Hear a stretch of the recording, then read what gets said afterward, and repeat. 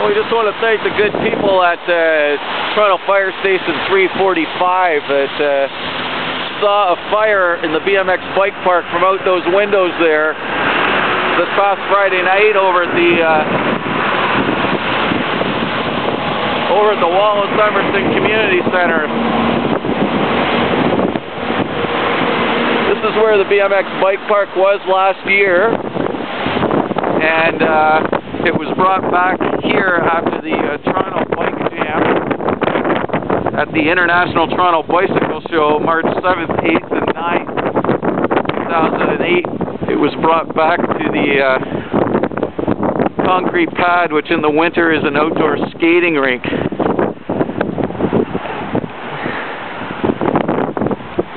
It was brought back early because the storage location that we were using over on the stage of the Molson Amphitheater, the good people over at Live Nation, they had to start getting the amphitheater ready for the spring and summer concert season, so we couldn't store the bike park on the stage any longer. So it was brought by tractor trailer up here, and there's where it is right now, all the parts for the bike park. It was about 12 53-foot tractor trailer loads. Thanks a lot to Fred and Wayne from NFM Trucking. So essentially Michael Heaton is restoring this park so that it's rideable for the summer and for something good for the kids to ride. Down here, some of the artwork of the 7th generation image makers. There's our 6-string Nation guitar ramp, and some of the kids have already set this up, and they've been riding back and forth here. There's some of our artwork. That's Project Peace. It's a gang prevention project by Toronto Police Service and the Students' Commission. There's our Marilyn Monroe ramp. However, unfortunately, on Good Friday of Easter weekend, a fire occurred down here. 3 of the corner bowls have been destroyed by fire. One of the signature ramps has been destroyed that had the artwork of bubbles here, and that's some artwork. That was our leopard corner bowl. We're trying to get to the bottom of this, and we got a couple of the artists down here today. Guys, what's your reaction to this? I'm shocked and angry. I'm definitely angry myself. One of the paintings that we did together was our first legal painting we did together as a partnership. It's most likely burnt because we can't find it nowhere in the park. It was this landscape of Toronto, and it was sitting on top of a fade piece.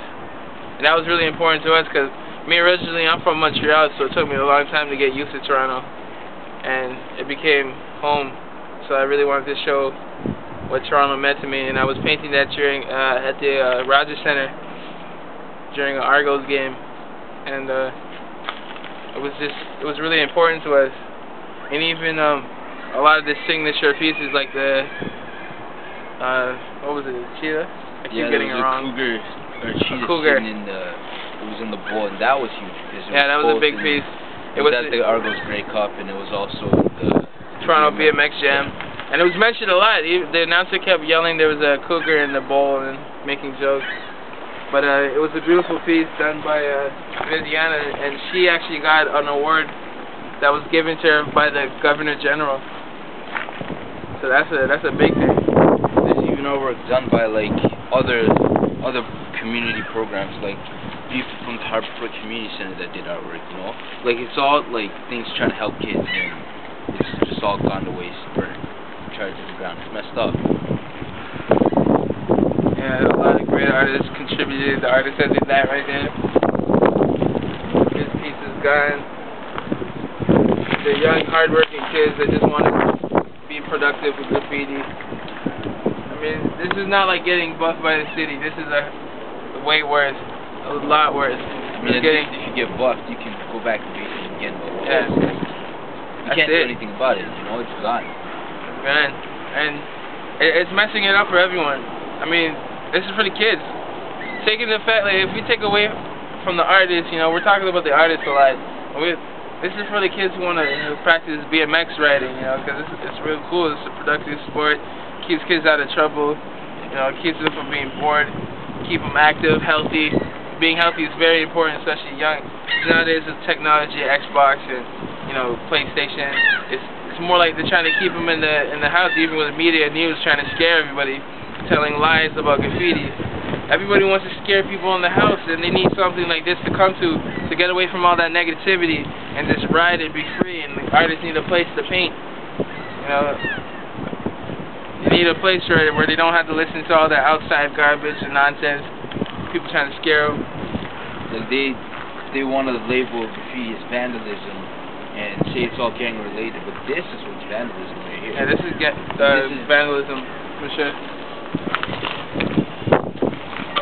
Guys, I spoke with Michael Heaton, the guy that built this park, and he tells me it's about $5,000 worth of wood here that's damaged. And worse yet for him, it was 3 corner bowls plus 2 quarters in the grinder. Corner bowl is like that. Yeah, this was basically the heart of the whole event. I mean, the whole park. This is really the heart that keeps everything pumping. It was the blood that ran through the park's veins. It was very important. And I think whoever did this ruined it for everyone. And Michael, he worked hard. He worked hard to put this all together. Like, you gotta understand that it wasn't like a team of people that was putting in all the money. They had sponsors, you know, all these sponsors that paid for it. No, that came from his pocket. He paid for it. He put in the time to build it. You know, he saw a vision. I'm pretty sure this wasn't his vision. And it's like, it's stuff that it's like, people go out there and try to do positive things and go to these corporations,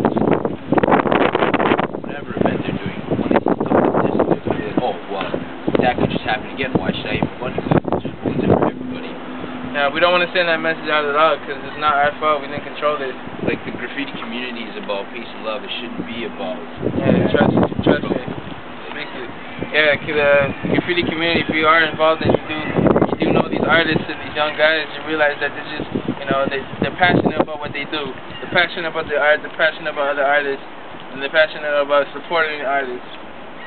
So as an artist, you can get a lot of love from other artists, and they don't want to see this as much as property owners and as much as Michael Heaton, as much as Crime Stoppers don't want to see it happen. Nobody wants to see this happen. And it does. It's messed up, man. It's a very sad thing. You got the graffiti artist Fade and Bubbles there. Obviously upset, as is Michael Heaton and the City of Parks, Forestry and Recreation Department, the Toronto Crime Stoppers people that were involved in putting this together. But most of all, the kids are really upset that this fire has occurred. And Michael is going to have to spend about $5,000 of his own money again to rebuild it. And worst of all, it's going to take about 2 months of rebuilding for him to get this back together. If anybody has any information on how this fire started, please get it into us by calling Crime Stoppers anonymously at 416-222-TIPS, 416-222-8477. It's totally anonymous. Give us your tip, not your name. You can also go online to 222tips.com, click on Submit a Tip, and send an online anonymous tip to us. We want to celebrate the good going on with the kids in the community, and we want to correct the wrong. This park will be set up, it'll be operational, it will be without the bowl until we can get things straightened around there.